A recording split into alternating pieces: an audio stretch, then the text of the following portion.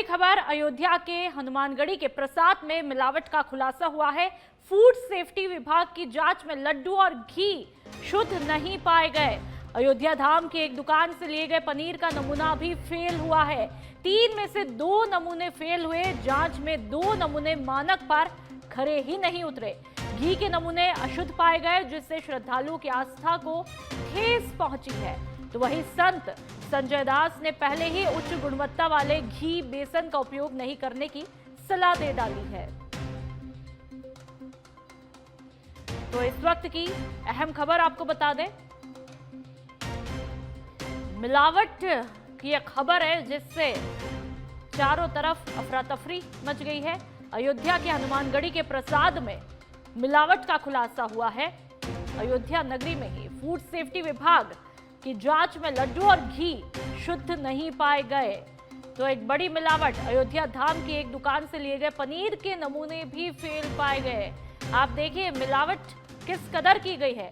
घी fail, paneer के नमूने fail, मतलब सब में शुद्धता किसी भी पैमाने पर खड़ी नहीं उतरती है।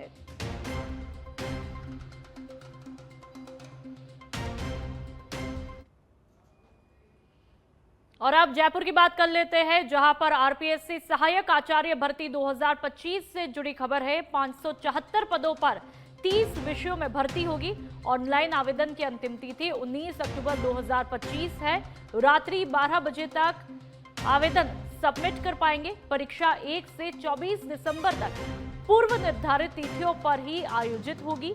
भूगोल में सबसे ज्यादा 60 पद, हिंदी की बात कर लूं मैं तो 58, रसायन विज्ञान में तकरीबन 55, राजनीति विज्ञान में तकरीबन 52 पद है। सभी उम्मीदवारों को नए विज्ञापन के अनुसार आवेदन करना होगा। आरपीएससी ने सहायक आचार्य परीक्षा 2025 का नया कार्यक्रम अब जारी कर दिया है। और ज्यादा जानकारी के लिए कुणाल संवाददाता हमारे साथ में फोनलाइन पर जुड़ चुके हैं। कुणाल, क्या कुछ नया स्केड्यूल रहेगा, आप बेहतर तरीके से बता पाएंगे? देखिए, आपको बता दें, बेरोजगारों के लिए अच्छी खबर है कि सहायक आचार्य भर्ती परीक्षा के जो आवेदन हैं वो होना शुरू हो गए हैं। यहाँ पर आरपीएससी के द्वारा जो आवेदन की प्रक्रिया है वो यहाँ पर शुरू कर दी गई है। 19 अक्टूबर तक जो है अभ्यर्थी वो इस भर्ती परीक्षा में आवेदन कर पाएंगे। 500 से ज्यादा पदों पर भर्ती का आयोजन होना है। पूर्व निर्धारित इसकी अगर हम बात करें, परीक्षा की जो तिथि है 1 से 24 दिसंबर को जो है निर्धारित है। इसमें करीब 30 विषयों की जो परीक्षा है, इन पदों पर जो है ये भर्ती परीक्षा का आयोजन है वो यहाँ पर किया जाना है। अभ्यर्थियों के द्वारा इसमें आवेदन जो है यहाँ पर किए जा रहे हैं। और आपको बता दें, क्योंकि इसमें अलग अलग विषय हैं तो उसके हिसाब से अलग अलग जो पद हैं वो आवंटित यहाँ पर किए गए हैं। भूगोल में 60 पदों पर जो है भर्ती का आयोजन यहाँ पर किया जा रहा है। इसके अलावा अगर हम बात करें तो इसको लेकर के आरपीएससी ने नवाचार किया और पूर्व में परीक्षा विज्ञापन जारी होने से पहले जो कैलेंडर जारी हुआ था उसमें जो है अगर हम बात करें तो उसकी जो तिथि है परीक्षा कब होगी इसके भी जो है उन्होंने कैलेंडर जारी कर दिया था। तो कहीं ना कहीं जो परीक्षा की तैयारी करने वाले अभ्यर्थी हैं उनको कहीं ना कहीं इससे सहूलियत होती है। और अब सहायक आचार्य भर्ती परीक्षा का जो आयोजन है वो आरपीएससी द्वारा करवाया जाएगा। ठीक है, बहुत बहुत शुक्रिया तमाम जानकारी के लिए कुणाल।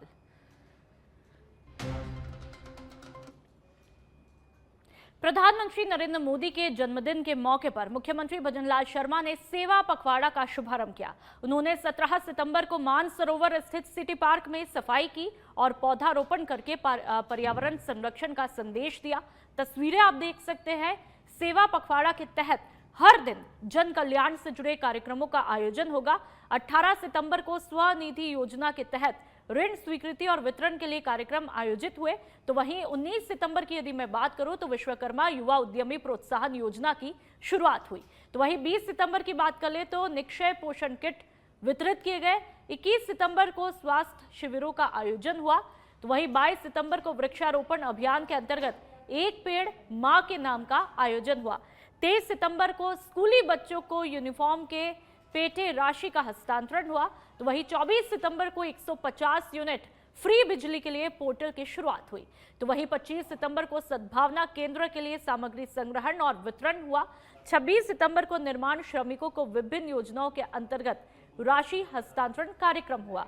तो वहीं 27 सितंबर की यदि हम बात कर ले तो पंच गौरव योजना के तहत चिन्हित पर्यटन स्थलों की साफ सफाई और रखरखाव कार्यक्रम हुए। 28 सितंबर को यदि बात करें तो रोडवेज और ग्रामीण परिवहन सेवा की नई बसों की रवानगी हुई। तो वहीं 29 सितंबर को पशुपालकों को दूध के पेटे सब्सिडी राशि का भुगतान हुआ।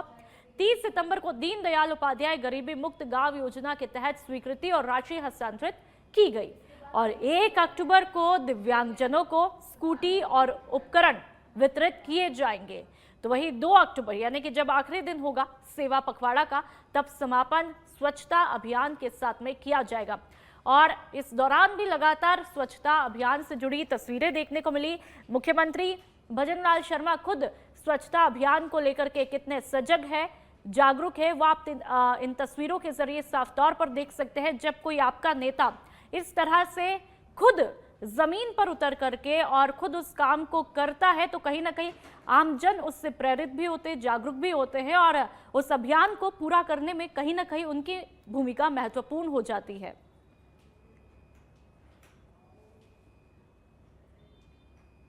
और अब झुंझुनू की चिड़ावा से खबर, जहां पर चिड़ावा प्रधान इंदिरा डूडी को बहाल किया गया। पद का दुरुपयोग और भ्रष्टाचार का यहां पर आरोप लगा था, लेकिन राज्य स्तरीय जांच कमेटी ने क्लीन चिट दे दी है, जिसके बाद में विभाग ने सभी जांचों को समाप्त किया। कल फिर से प्रधान के पद पर ज्वाइन करेगी इंदिरा डूडी। डूडी ने कहा कि कल सभी आरोपों पर खुलकर जवाब देंगे। पिछले साल 12 अक्टूबर को किया गया था इंदिरा डूडी को निलंबित। करीब 1 साल बाद फिर से प्रधान की कुर्सी संभालेंगी डूडी।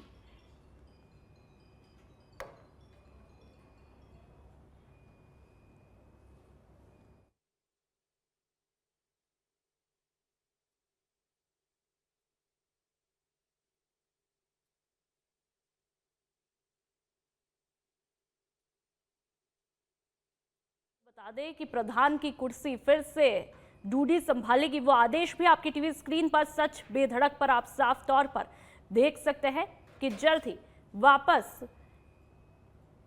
इंदिरा डूडी प्रधान की कुर्सी संभालेगी। एक बार फिर से जिम्मेदारी को निभाती हुई दिखेंगी। पिछले साल 12 अक्टूबर को उन्हें निलंबित किया गया था, जिसके बाद में अब जाकर के तकरीबन ये लंबा वक्त रहा, 1 साल के बाद में फिर से अब वो प्रधान की कुर्सी संभालती हुई दिखाई देंगी। और ये आदेश आपकी टीवी स्क्रीन पर आप देख सकते हैं। एक बार फिर से अपने पद पर ज्वाइन करेंगी। राज्य स्तरीय जांच कमेटी ने उन्हें अब क्लीन चिट दे दी है, तो जाहिर सी बात है जब आपको क्लीन चिट मिलेगी तो आप फिर से अपने पद पर अपने कार्यभार को संभालते हुए दिखाई देंगे। और वो आदेश भी आपकी टीवी स्क्रीन पर सच बेधड़क पर आप साफ तौर पर देख सकते हैं, जब डूडी को निलंबित किया गया और एक बार फिर से अब वो कम बैक कर रही है इस आदेश के बाद में।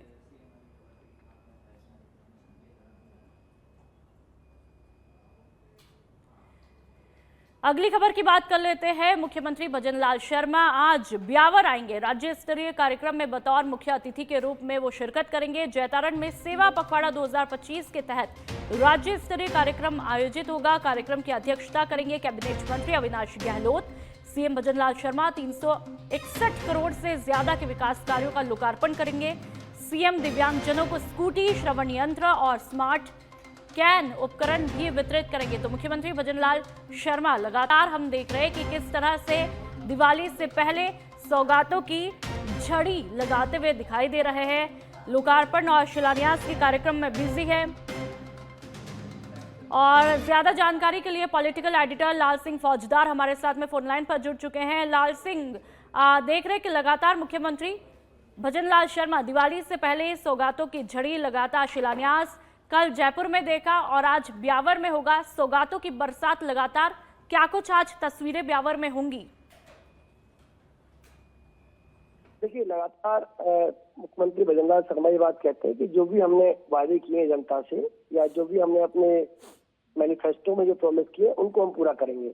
और इसकी झलक आप लगातार बिल्कुल देख रही है। कल जयपुर में आपने देखा होगा कि एक सामान्य विधानसभा में जिस तरह लगातार 4 कार्यक्रम आयोजित हुए, करोड़ों की सौगात मिली, उसी तरह आज भी इसी तरह की तस्वीर आपको देखने को मिल रही है। इससे पहले भी जो लगता है नेटवर्क इशू है। तो लगातार आपको बता रहे हैं कि कल जिस तरह से मुख्यमंत्री भजनलाल शर्मा जयपुर में सांगानेर में सौगातों की बरसात करते हैं, जिससे जाहिर सी बात है जब राजधानी में कुछ होता है तो उसका असर पूरे राज्य में देखने को मिलता है। और त्रिवेणी पुलिया को लेकर के जो शिलान्यास वहां पर किया गया, वो तस्वीरें भी सच बेधड़क ने आप तक पहुंचाई। और आज ब्यावर में उनका कार्यक्रम रहेगा, कई लोकार्पण होंगे, शिलान्यास होंगे। दिव्यांगजनों को भी ध्यान में रखा गया है, उनका खासा ध्यान रखा जा रहा है। आप देखिए कि किसी भी वर्ग को छोड़ने की कोशिश यहाँ पर नहीं की जा रही है। भले ही 9 दिन नवरात्रि में वो भूखे प्यासे व्रत कर रहे हैं, पूजा पाठ कर रहे हैं, लेकिन सबसे बड़ी आराधना और साधना यही है कि आप अपनी आवाम का कितना बखूबी तरीके से ध्यान रखते हैं, उनकी इच्छाओं का किस तरह से ध्यान रखते हैं। और ऐसे में मुख्यमंत्री भजनलाल शर्मा कोई भी कोर कसर छोड़ते हुए नहीं दिखाई देते हैं। नवरात्रि के 9 दिनों में खास तौर पर जिस तरह से वो अपने आवाम का बखूबी तरीके से ध्यान रख रहे हैं, हर जगह पर लोकार्पण, शिलान्यास, कोशिश है सौगातों की झड़ी दिवाली से पहले, क्योंकि कहा जाता है कि दिवाली पे आप बोनस के हकदार होते ही हैं। तो ऐसे में मुख्यमंत्री भजनलाल शर्मा लगातार एक राजस्थान की आवाम को बोनस देती हुई दिखाई दे रही है, और वो बोनस अलग अलग रूप में है। हमने देखा कि कल जयपुर में देखा और आज ब्यावर में वो तस्वीरें, जब सीएम दिव्यांगजनों को स्कूटी, श्रवण यंत्र और स्मार्ट कैन उपकरण वितरित करेंगे। एक तोहफा जिससे लोगों की दिवाली बेहतर हो, अच्छी हो, रोशनी से भरी हो, उनकी जिंदगी में रोशनी जो है वो लगातार देखी जाए। इसी उद्देश्य को ध्यान में रखते हुए मुख्यमंत्री भजनलाल शर्मा लगातार अपनी जनता का बखूबी तरीके से ध्यान रख रहे हैं। और आप सीकर के अजीतगढ़ से खबर, जहां पर ढाणी मंगावा की मडुसिया में आकाशीय बिजली गिरने से बड़ा हादसा हुआ। बिजली गिरने से गांव के मुकेश और हरी मंगावा के मकानों को भारी नुकसान पहुंचा है। भारी बारिश, तेज हवाओं के कारण वार्ड नंबर 10 में भी मकान गिर गया। गनीमत ये रही कि इस हादसे में कोई भी जनहानि नहीं हुई, लेकिन ग्रामीणों में दहशत का माहौल है। ग्रामीणों ने प्रशासन से तुरंत सर्वे करवाकर पीड़ित परिवारों को उचित मुआवजा दिलाने की मांग की है। और आप देख सकते हैं कि बिजली गिरने से मकान को कितना नुकसान पहुंचा है। यहाँ पर किसी का बड़ी ही मेहनत और प्यार से बना बनाया आशियाना पूरी तरह से बिखर जाता है। एक ही पल में, एक ही झटके में यह आशियाना बिखरते हुए, और ऐसे में परिवार की मांग है कि उनको उचित मुआवजा दिया जाए। और कृपाल हमारे साथ में फोन लाइन पर जुड़ चुके हैं। कृपाल, सबसे पहले ये जानना चाहेंगे परिवार के तमाम सदस्यों की हालत कैसी है और उनकी क्या कुछ मांग है? आपको पूरा ये जो वाक्य है पूरा बता देता हूँ। रात को देर रात से ही लगातार रिमझिम जो कि बारिश हो रही थी। सुबह है ये बारिश ने तेज मोड़ ले लिया, जिसके साथ ही आकाशीय बिजली गिरने के कारण करीब 3-4 मकानों पे, जो कि मंडूशा ग्राम में, अजीतगढ़ के निकटवर्ती मंडूशा गांव में बिजली गिरी, जहां पे लोगों के आशियानों पे बिजली गिरी है। वहां पे करीब 2 से 2.5 लाख का नुकसान हुआ है। और उनके जो पेड़ पौधे हैं आसपास, वो पेड़ पौधे भी धराशायी हो चुके हैं। और अजीतगढ़ नगर पालिका की जो कि रोड लाइटें हैं वो भी धराशायी हो चुकी हैं। पेड़ भी रोडों पे गिर चुके हैं, जो कि यातायात भी बाधित हुआ है। और पेड़ों को हटाने के बाद यातायात सुचारू रूप से चालू कर दिया गया है। जी ठीक है, आप हमारे साथ में बने रहे। सीकर के अजीतगढ़ से एक और खबर है, जहां पर एक बार फिर पैंथर की दस्तक से दहशत फैल चुकी है। पुलिस की गश्त टीम की जीप के सामने अचानक से पैंथर आता है। ये पैंथर बसंत विहार कॉलोनी की तरफ से आता हुआ दिखाई दिया। विद्युत निगम कार्यालय परिसर के पास भी नजर आया। लगातार बढ़ रही पैंथर के मूवमेंट से स्थानीय लोग दहशत में हैं। कॉलोनियों में रहने वाले लोगों का कहना है कि किसी भी समय बड़ी जनहानि हो सकती है। सुरक्षा इंतजाम बढ़ाने और पैंथर की मूवमेंट पर नजर रखने की मांग की है। तो लगातार आपको खबर बता रहे हैं कि किस तरह से पैंथर को लेकर के दहशत है। और अब बात डूंगरपुर की करते हैं, जहां पर सागवाड़ा शहर के सोने के जेवरात देश की नहीं विदेश में भी फेमस है। और इसी कारण यहां पर मध्य प्रदेश, गुजरात और अन्य जिलों से लोग सोने की जेवरात खरीदने आते हैं। इन्हीं सोने के व्यापार और शहर को पहचान दिलाने के लिए अब सबसे प्रमुख और पुराने चौराहे को गोल्डन रंग में रंगा है। तो वही शहरवासियों को गोल्डन रंग में अपने प्रतिष्ठान और अन्य स्थल को रंगने का निवेदन भी किया है, जिससे शहर को गोल्डन सिटी के रूप में पहचान मिले। सागवाड़ा नगर पालिका अध्यक्ष आशीष गांधी ने बताया कि शहर के प्रमुख गोल चौराहे को गोल्डन लुक देकर के सागवाड़ा की असली पहचान को एक नया आयाम दिया है। और ये खूबसूरत तस्वीरें आप देख सकते हैं। तो लगातार ये तस्वीरें आपकी टीवी स्क्रीन पर। कि आपने बताया कि सागवाड़ा पे गोल चौराहे पे गोल्डन कलर करने का मेरे में सुझाव कैसे आया, तो मैं बताना चाहता हूँ कि सागवाड़ा में सोना काफी प्रसिद्ध है और यहाँ पे बड़े बड़े शोरूम है सागवाड़ा में, और यहाँ लंबे समय से बाहर से भी उदयपुर, MP, गुजरात, हर जगह से यहाँ पे सोना इतना प्रसिद्ध है तो यहाँ पे लेने के लिए आते हैं। तो मेरे दिमाग में एक चीज आई कि क्यों नहीं सागवाड़ा को एक अलग एक अच्छी पहचान दी जाए गोल्डन नगरी के नाम से। और अब खबर सांचौर से, जहां पर ओवर ब्रिज और नेशनल हाईवे बन रहा है, जिसके संबंध में विधायक जीवाराम चौधरी ने मुख्यमंत्री के नाम पत्र लिखा है, जिसमें Vidya infra built private limited company पर लापरवाही से काम करने का आरोप लगा है। कहा कि निर्माण कार्य शुरू करने से पहले सर्विस रोड बनानी थी, लेकिन अब तक रोड का निर्माण ही नहीं हो पाया है। नेशनल हाईवे के क्षतिग्रस्त होने के कारण आए दिन यहां पर हादसे हो रहे हैं और दिन घंटों तक जाम रहता है। इसके लिए पत्र के माध्यम से समस्या समाधान की मांग भी रखी है। तो आप ये पत्र भी देख सकते हैं कि किस तरह से यहां पर तमाम समस्याओं के समाधान की मांग की जा रही है जीवाराम चौधरी के द्वारा। और मुख्यमंत्री भजनलाल शर्मा से जब उनकी मुलाकात होती है उस दौरान की ये तस्वीरें। अब ऐसे में जाहिर सी बात है कि आश्वासन भी दिया गया होगा कि तत्काल समस्या का समाधान किया जाए। लगातार ये तस्वीरें। और ज्यादा जानकारी के लिए पुखराज हमारे साथ में फोन लाइन पर जुड़ चुके हैं। पुखराज, क्या कुछ आश्वासन अब मिला है? जी, बताना चाहूंगा कि सांचौर क्षेत्र के नेशनल हाईवे जो 68 है उसका एकदम बिखर कर बुरा हाल हो चुका है। चाहे गुजरात बॉर्डर से गांधा बॉर्डर, बाड़मेर बॉर्डर की तक की बात करें, 40 किलोमीटर का जो रोड है वो रोड कम है, गड्ढे नजर आ रहे हैं, ज्यादा नजर आ रहे हैं। आए दिन दर्जनों हादसे हो रहे हैं। दुपहिया वाहन की बात करें या वाहन चालकों की बात करें, कल ही बात करें तो सांचौर पुलिस महिला कांस्टेबल है, एक ड्यूटी के दौरान जाके बाइक स्लिप हो गई, उसकी मौके पर भी मौत हुई। ऐसे दर्जनों आए दिन हादसे हो रहे हैं। इसको लेकर सांचौर विधायक जीवाराम चौधरी ने नितिन गडकरी जी एवं भजनलाल शर्मा को लेटर लिखकर इस रोड को सही करवाने का लेकर कहा है। साथ ही एलिवेटेड जो पुल बन रहा है सांचौर में NH 68 पर, उसका जो कार्य है वो भी मंद गति से चल रहा है। उस गति में कार्य को तीव्रता लाने के लिए जो दिन आए दिन ट्रैफिक जाम हो रहा है उससे निजात पाने के लिए लेकर इन्होंने यहाँ के जनप्रतिनिधियों ने अधिकारियों को लेटर लिखा है और आश्वासन मिला है कि इस कार्य को जल्दी पूरा किया जाएगा। जी ठीक है, बहुत बहुत शुक्रिया तमाम जानकारी के लिए।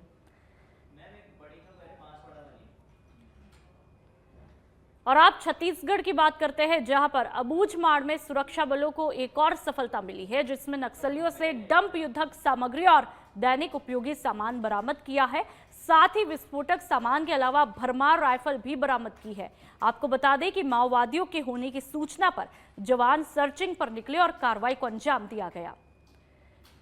और ये तस्वीरें आप देख सकते हैं कि किस तरह से तमाम जवान अपने मिशन पर निकलते हैं और कार्रवाई करते हैं। और अब जोधपुर के बिलाड़ा से खबर, जहां पर मनिंदर सिंह बिट्टा बिलाड़ा पहुंचे हैं। अखिल भारतीय आतंकवाद विरोधी मोर्चा के अध्यक्ष हैं बिट्टा। कल्प वृक्ष मंदिर परिवार के साथ में पहुंचे हैं मनिंदर सिंह बिट्टा ने हवन कार्यक्रम में भाग लिया। मनिंदर सिंह बिट्टा के दौरे को लेकर के पुलिस प्रशासन काफी मुस्तैद है। तो तस्वीरें आप देख सकते हैं बिट्टा के पहुंचने की, ये तस्वीरें जहां पर पुलिस का जाब्ता यहां पर उनके साथ में मौजूद है। सुरक्षा के पुख्ता इंतजामात यहां पर किए गए हैं। प्रशासन पूरी तरह से सतर्क है और बिट्टा ने यहां पर आप देख सकते हैं तस्वीरों के जरिए कि हवन कार्यक्रम में भाग लिया है।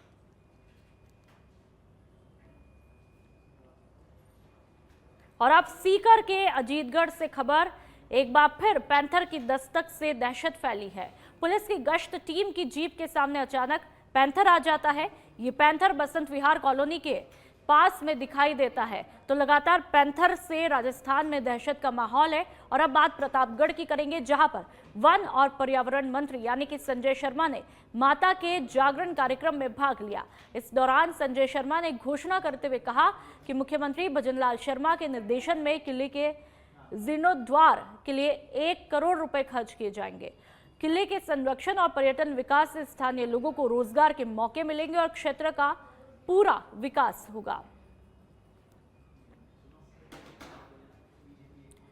तो प्रतापगढ़ किले के कायाकल्प की बात की गई है, विकास को रफ्तार दी जाएगी, साथ ही इससे रोजगार के मौके खुलेंगे वहां के लोगों के लिए।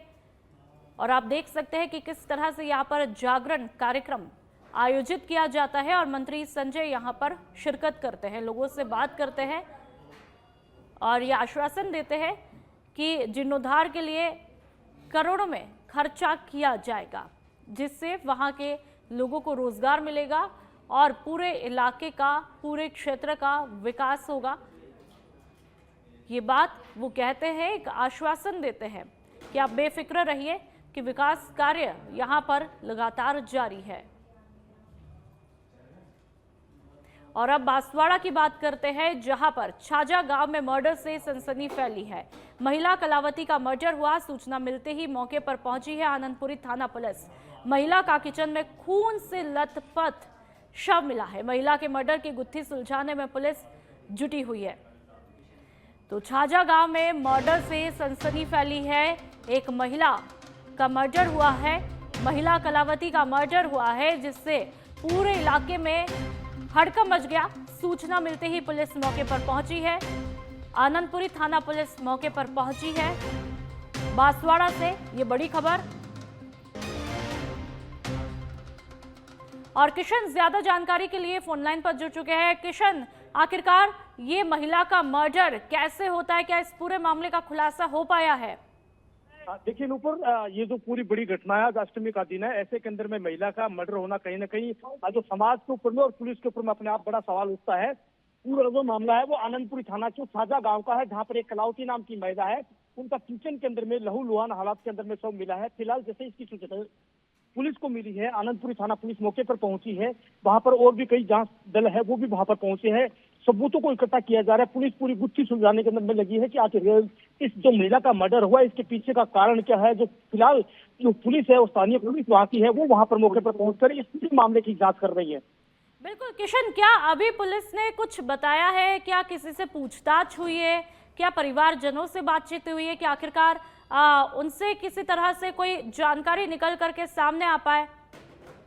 देखिए नुपुर, ये जो पूरा मामला है वो जांच का विषय है। फिलहाल पुलिस परिवार के लोगों से लगातार संपर्क कर रही है, जांच जुटा रही है। एफएसएल की टीम है वो मौके पर पहुंची है। आखिरकार इस हत्या के पीछे की वजह क्या है उसको पूरा जानने के लिए वहां पर जो स्थानीय डीवाईएसपी वो मौके पर है, पुलिस वहां की स्थानीय है वो वहां पर मौके पर है। इसके अलावा जो अन्य थाना है चुना, उसकी भी पुलिस मौके पर। फिलहाल जो हत्या का कारण है उसका पूरा खुलासा यहाँ पर नहीं हुआ है, लेकिन ये बात है कि पुलिस जल्द ही इस पूरे मामले का खुलासा करेगी। फिलहाल पुलिस इस पूरे मामले पर कुछ भी बोलने को मिला के अभी तहकीकात जारी है। बहुत बहुत शुक्रिया तमाम जानकारी के लिए। तो एक हैरान कर देने वाली घटना है, क्योंकि जिस तरह से नवरात्रि के 9 दिन चल रहे हैं, जहां पर बेटियों को, महिलाओं को जिस तरह से नारी के लक्ष्मी के रूप में पूजा जाता है, और इस तरह की खबर हर किसी को झकझोर कर रख देती है।